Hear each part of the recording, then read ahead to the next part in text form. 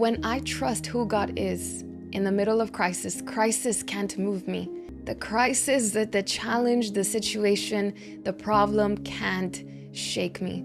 I feel the Lord in this season, God is going to change what you've been focusing on. You know how easy it is to focus on what you don't have, what you still haven't received, things that are kind of stuck in your life. It's so easy to focus on all of that. And when you focus on all of that, you lose sight of God's truth. There's more happening behind the scenes than what you're physically seeing. But because sometimes our vision is limited, we're focusing on what we can see, we lose sight of what God is doing behind the scenes. See, when God permits something, there is purpose behind what He has permitted. God never permits something just because. God never does something that has no meaning and that has no purpose. We as people, we do meaningless things sometimes. God is different. God never does something just because.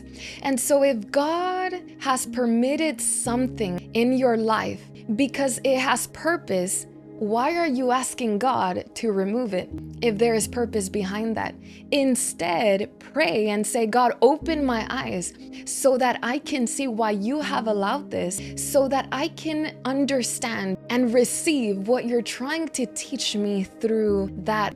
God doesn't waste seasons. Stop thinking that that you're wasting your life where you're at and that thing that looks like an apparent delay. Stop thinking that God is wasting your season. God wastes nothing.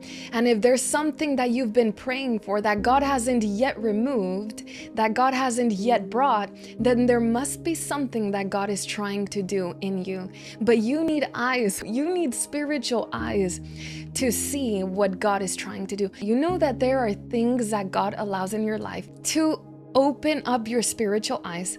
You know that God, again, we said everything that God allows, even the things that look like apparent threats, even the challenges and the crises in our lives, they carry purpose. They're meant to take us deeper in the Lord. They're meant to mature us. They're meant to open up our spiritual eyes.